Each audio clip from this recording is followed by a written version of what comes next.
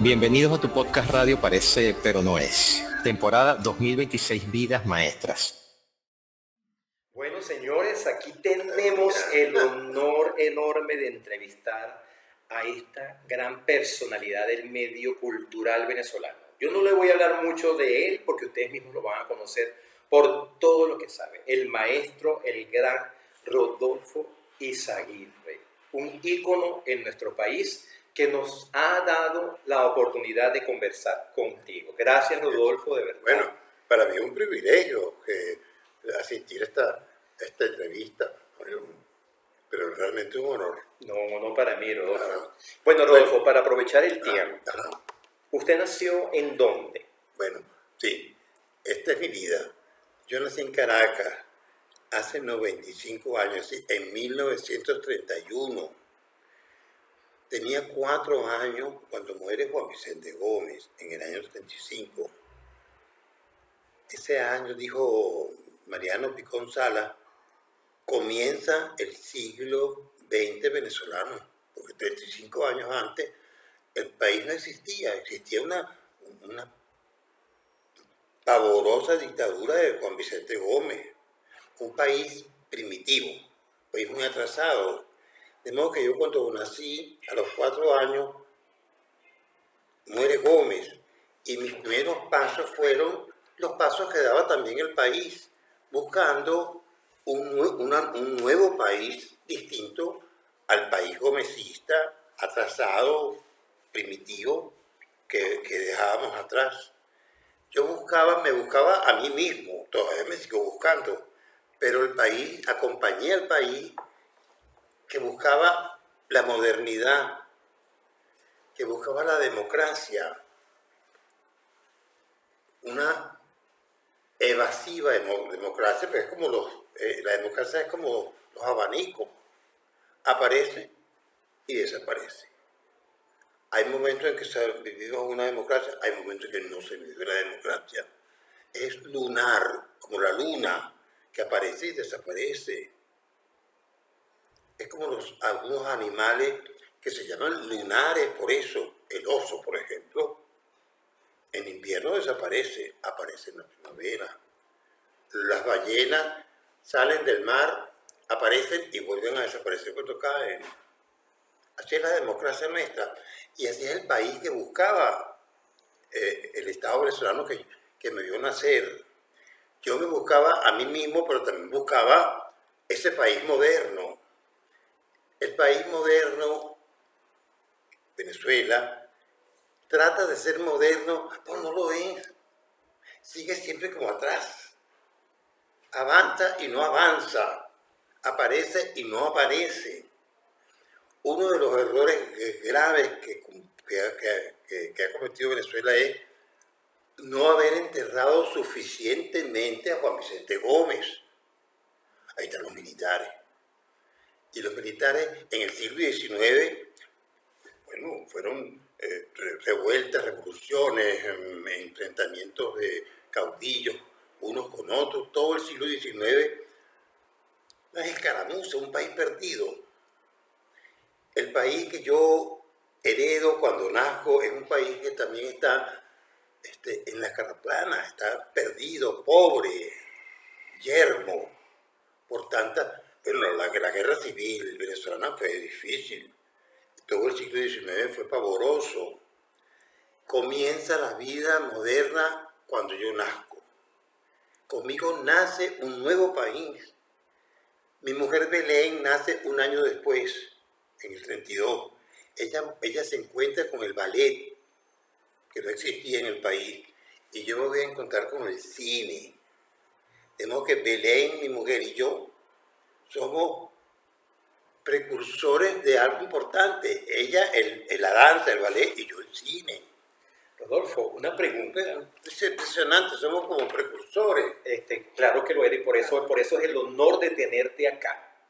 Ahora, Rodolfo, volviendo a tu infancia, ¿dónde te criaste tú? ¿En qué zona te criaste tú? Yo en San Juan. San Juan es, entonces era una parroquia muy acreditada, muy fina, cerca de la Plaza de Capuchinos, cerca de la iglesia de San Juan. Yo nací en la esquina de Pescador, Pescadora Cochera. Sí, era una clase media, no existía la clase media. La clase media se llamaba gente decente, así se llamaba. Ok. La clase media viene con el petróleo, claro, con la industria, aparece la clase media, aparece la clase obrera, claro. Pero antes de clase obrera no hay clase obrera, hay clase media, gente decente. Yo era gente decente. Ya no lo eres. Mira, Rodolfo, ¿y cómo era tu infancia? ¿Cómo era esa vida de ese niño? Bueno, lo que recuerdo de eso, para que tú veas, recuerdo cuando tenía 4 años, porque no tenía edad, no tenía fuerza para montarme en el pollo de la ventana y ver qué era lo que estaba pasando en la calle. Esta vez era celosía. Lo que estaba pasando en la calle eran los saqueos. Los saqueos a las casas gomecistas, porque San Juan era una parroquia muy acreditada y había muchos gomecistas allí. Cuando muere Gómez, el grito que se escucha en el país es: murió Gómez, murió el Bagre, le decían Bagre por bigote. Y eso se transformó en una cosa violenta. De modo que yo a los 4 años asistí a la violencia política.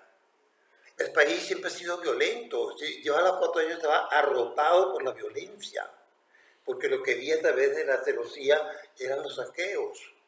Y mis hermanos mayores, eso lo cuento siempre, mis hermanos mayores se presentaron en mi casa con un escritorio de caoba pulido precioso. Se lo compramos a un señor por 50 bolívares, mentira, estaban metidos en el saqueo. Y más tarde se presentaron con una silla giratoria. Y cuando terminó la violencia del saqueo, descubrimos que ese escritorio era el escritorio del Sapo Velasco. ¿Ese era quién? El gobernador de Caracas, Rafael María Velasco, el tipo más odiado por los venezolanos porque había mandado a fusilar a unos estudiantes. De modo que yo hice mis tareas escolares en el escritorio del Sapo Velasco. ¿Qué país tan absurdo y tan insólito? ¿Dónde estudiaste tú la primaria? Yo estudié en la primaria, no en la escuela, sino en la escuelita parroquial de San Juan. El cura de la parroquia tenía en la iglesia una escuelita, ahí estudié yo. No estudié al lado de la escuela Zamora, que era la escuela oficial, porque yo era un niño rico pero pobre, porque mi mamá era una mujer era nieta favorita del general Tosta García, un tipo importante, millonario. Pero se casó con mi papá, que era un ser impresentable. Soy hijo de una paternidad irresponsable. Y mi papá le clavó 7 hijos a mi mamá, yo soy el último, y le disolvió la fortuna. De modo que yo nací rico, pero siendo un niño pobre. Y como un niño pobre, iba a la escuela parroquial. Ni siquiera a la escuela oficial, pero iba de zapatos. Y mis compañeritos de curso eran muchachos que andaban con alpargatas. O sea, que era un lujo, pues, o sea. Bueno, era un agobio, era horroroso. Ser niño rico, pobre. Me comportaba como niño rico, pero no tenía, era pobre. Y entonces mi mamá, muy elegante, me forraba los cuadernos y los libros en tela. ¿Cómo me voy a presentar yo en la escuelita parroquial con unos libros forrados en tela? Lo que hacía apenas salía a la calle era quitarle los forros, ponerlos en el bulto y presentarme en la escuela como se debe presentar uno, con los cuadernos normalitos. Pero cuando regresaba a la casa, tenía que volver a poner los cuadernos en los libros como me los dieron, forrados, una cosa espantosa. Era una agonía, una infancia muy triste en ese sentido. Odiaba a los amigos de mi madre, pero es porque me hice un ñángara. Claro. Pero después me tocó ir al Liceo Fermín Toro. El camino de mi casa al Liceo Fermín Toro no lo había, lo sé ahora. Pasaba por el silencio. Claro. la obra del arquitecto Carlos Raúl Villanueva. Y Villanueva tenía esas columnas barrigonas, estas columnas que era un homenaje a la colonia, nostálgico. De modo que yo cruzaba la colonia para llegar al Liceo Fermín Toro, que más que un liceo era la arquitectura, que comenzaba ya a crecer en la ciudad, porque la ciudad se quería ser moderna. No era un liceo, era a la arquitectura que yo vi. Claro, que todavía se conserva. Pero en el Liceo Fermín Toro conocí a Adriano González León, a Elisa Lerner, a Luis García Morales, y que teníamos las mismas lecturas, afinidades electivas se llama eso. Pero sin saber que 2 años más tarde íbamos a crear el grupo Sardio, renovador de la literatura venezolana. Y el grupo Sardio le tocó ver cómo aparece en el paisaje latinoamericano y mundial la Revolución Cubana. Una pregunta, ¿cómo se crea ese grupo? O sea, ¿cómo llegan a ese acuerdo? ¿Cómo son esos primeros pasos? Los grupos se forman, es una cosa insólita, los grupos se forman porque cada uno de los miembros es inseguro. Se considera un gran escritor, pero nadie lo sabe. Lo saben solamente los amigos del grupo. Entonces, claro, surge la necesidad de una revista, que la revista permita divulgarle a la gente lo glorioso que somos. Y se crea el grupo, se crea la revista. Con el mismo nombre. Claro, el grupo Sardio, la revista Sardio. Pero basta y sobra con que uno de los miembros del grupo comience a publicar sus libros y ya no necesita del grupo, porque ya camina con sus propios pies. Claro. Y en la medida en que el grupo comienza a publicar sus libros, el grupo desaparece. Claro, no se necesitan. Son lunares, aparecen y desaparecen. Pero aquí funcionó también la Revolución Cubana, porque algunos de los miembros del grupo, socialdemócratas, sí, adecos, no les gustaba la Revolución Cubana y se separan del grupo. Pero la mayoría éramos gente de izquierda y abrazamos la Revolución. La Revolución Cubana hipnotizó al mundo, hipnotizó a todos los intelectuales venezolanos. Hasta que de pronto apareció Fidel Castro, convertido ya en un tipo tiránico. Pero Sardio se convierte en el Techo de la Ballena. Ah, fue lo que dio paso al techo. Exacto, porque el Techo de la Ballena es un grupo más tardío dadaísmo, pero un grupo muy violento, muy contestatario, como los grupos de los años 60. Claro. Y entonces se convierte, el Sardio deja de ser y se convierte en el Techo de la Ballena. El Techo de la Ballena tiene 2 momentos estelares. Uno de ellos es el poema que escribió Caupolicán Ovalles, "Duerme usted, señor presidente", contra Rómulo Betancourt. Rómulo Betancourt muy molesto, ofendido por ese poema. ¿Cómo se llamaba, perdón? "Duerme usted", Caupolicán Ovalles. ¿Y el poema? "¿Duerme usted, señor presidente?", la pregunta. Eso. Y después Carlos Contramaestre muestra, era médico, poeta médico, y con unas vísceras maltratadas, las pone como cuadros, como objetos de arte, en una exposición que se llamaba Homenaje a la Necrofilia. Se inauguró el domingo. Yo estaba el martes custodiando la exposición y vi que los cuadros se movían. Y me dije, pero bueno, qué maravilla, el arte tiene movimiento, tiene vida. Y me acerqué a verlo y eran gusanos. Se estaban las vísceras podridas. Porque la exposición tenía el propósito de que todo está podrido acá, todo. la política, Betancourt, Miraflores, el arte, todo está podrido. En efecto, empezaron a aparecer gusanos.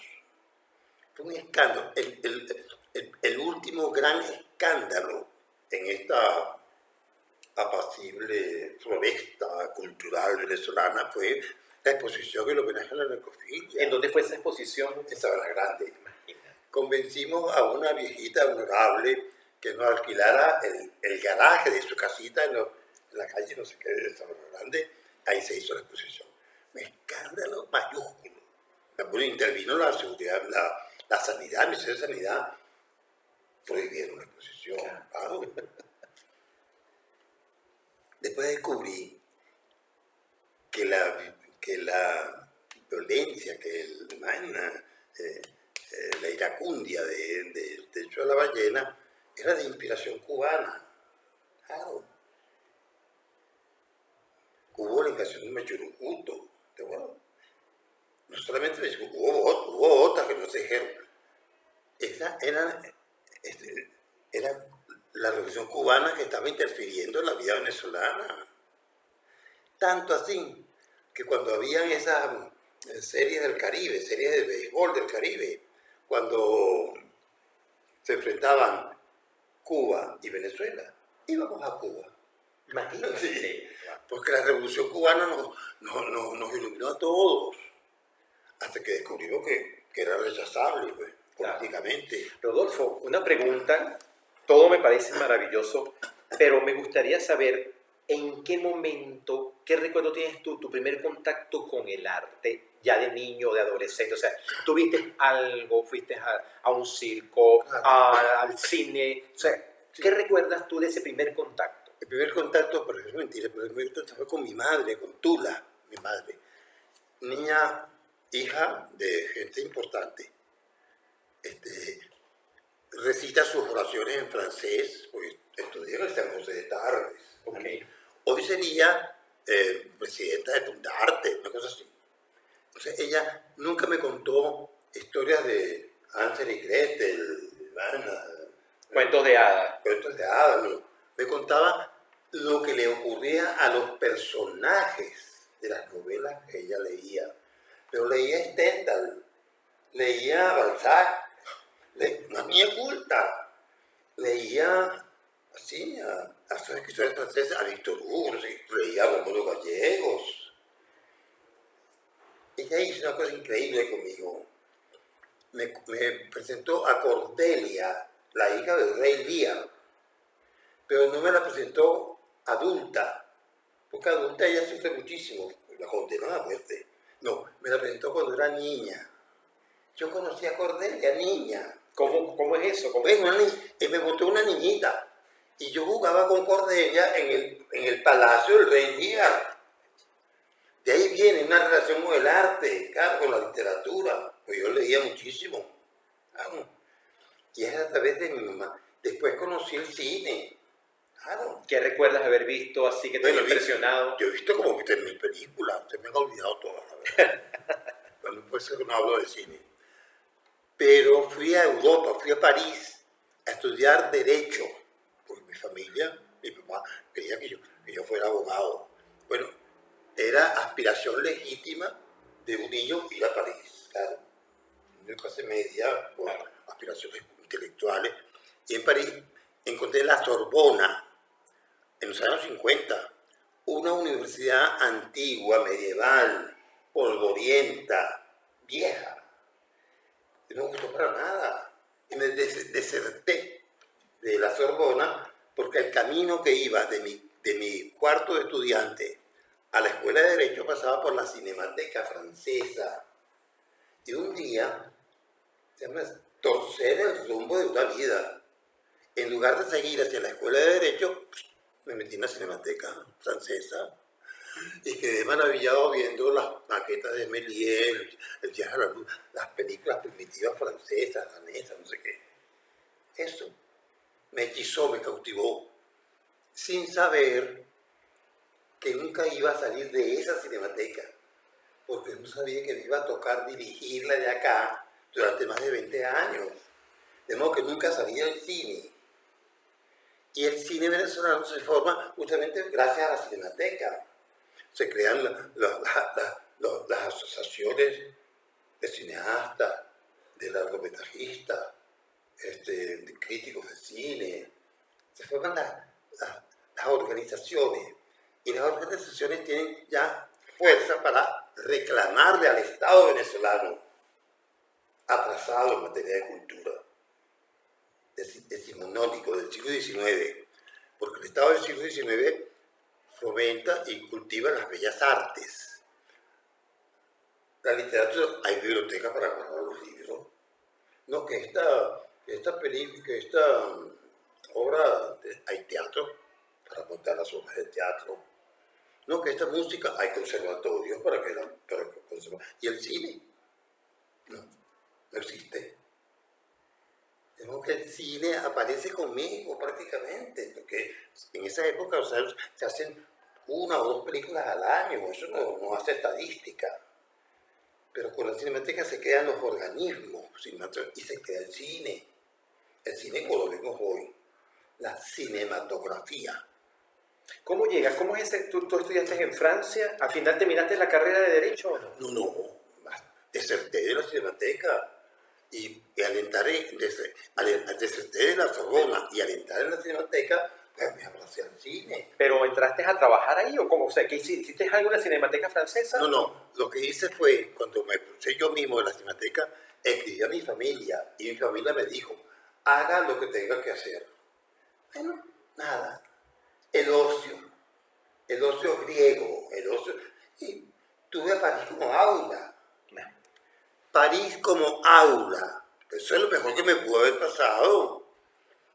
Y entonces descubrí que mis amigos de la Sorbona, cuando sabían que yo era venezolano, algunos me preguntaban por el Orinoco, un río que yo no conocía, porque yo fui directamente de Caracas a París.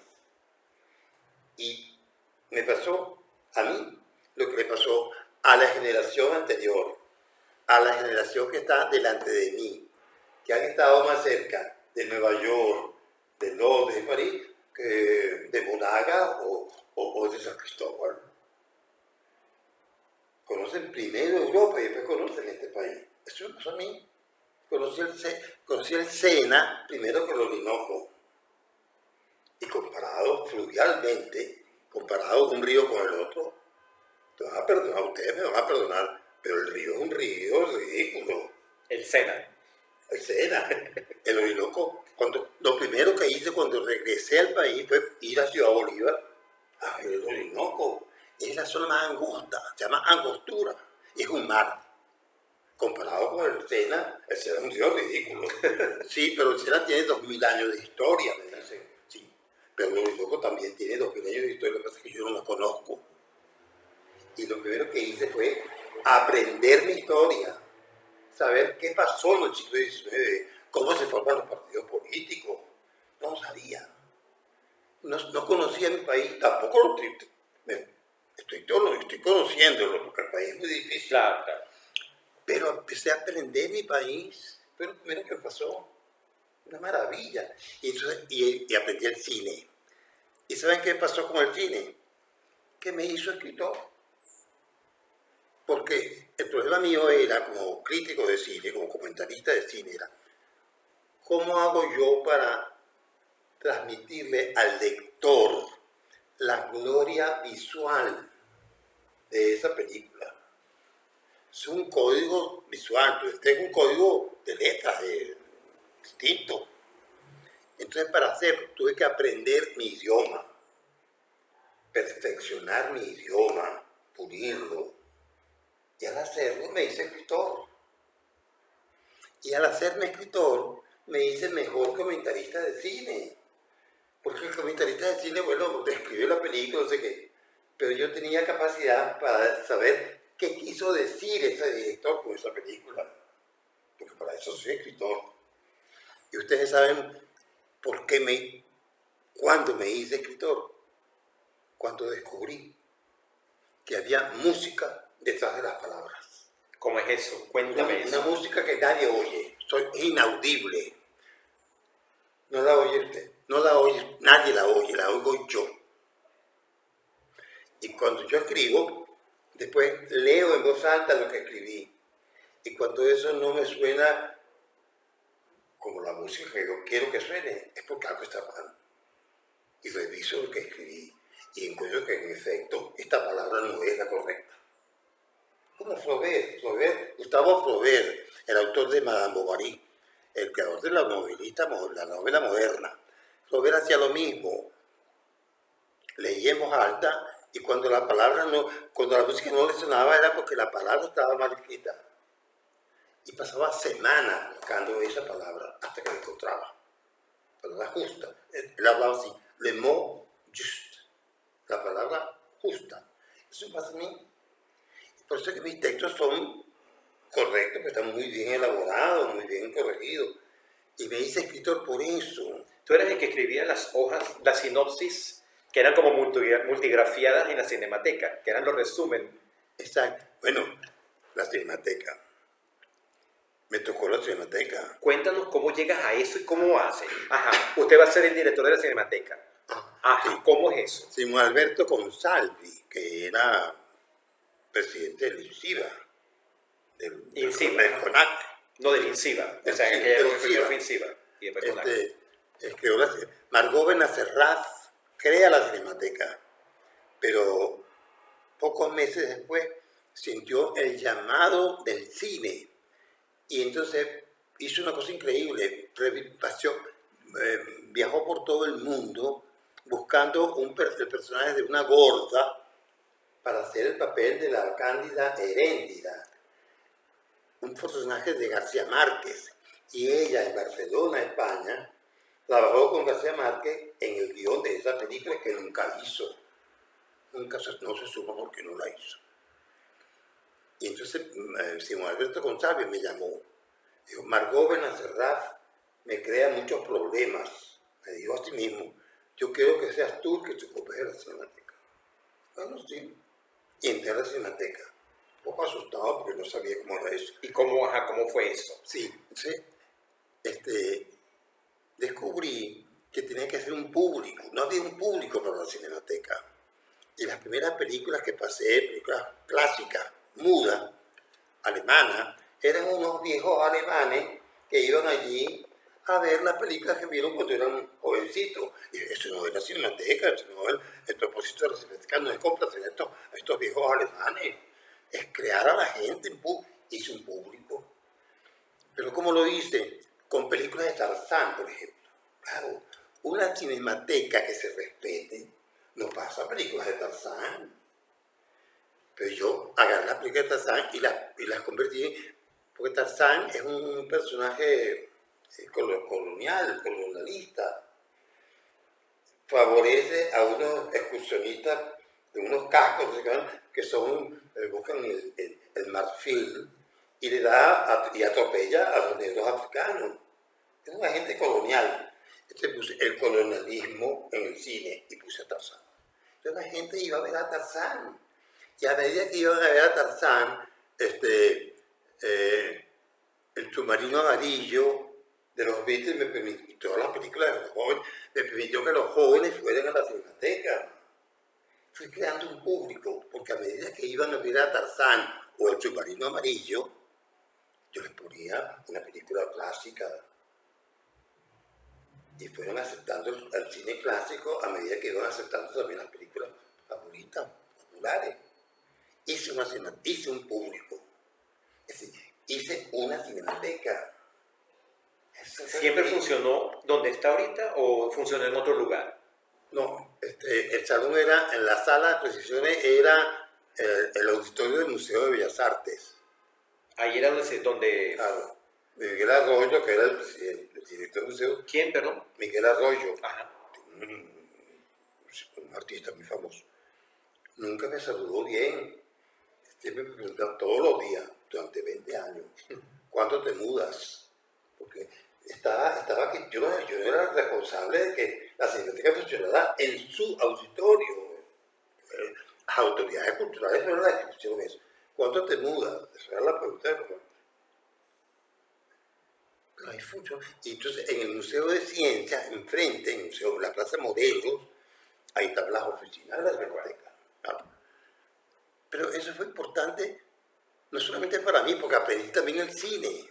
A medida que iba enseñando las películas a la gente, también iba yo aprendiendo. ¿Y cómo ibas tú armando esa programación? ¿Cómo era ese tejido? Bueno, me ayudaron mucho Ambreta Romaroso, esposa de Alfredo Rosé, gente muy... Y entonces organizábamos entonces las fichas técnicas de cada película. Unas hojas, como tú decías, unas hojas largas y en multígrafo. La gente que ha guardado esas crónicas, esas fichas técnicas, tiene toda la historia del cine. Impresionante. Yo la tengo aquí. Impresionante. Porque hacíamos ciclos de directores, ciclos de música en el cine, no en el cine. Fellini, yo me acuerdo, yo vi. Para variar eso. La gente, algunos cineastas se formaron en la Cinemateca viendo cine. Una manera de formarse es viendo películas, claro. Los que podían tener dinero iban a estudiar cine afuera, en las escuelas de cine. Pero los que no, Diego Ríquez, por ejemplo, me confesó, se formó en la Cinemateca viendo películas, claro. Creo que eso fue importante, no solamente para mí, para el país entero, para el país cultural.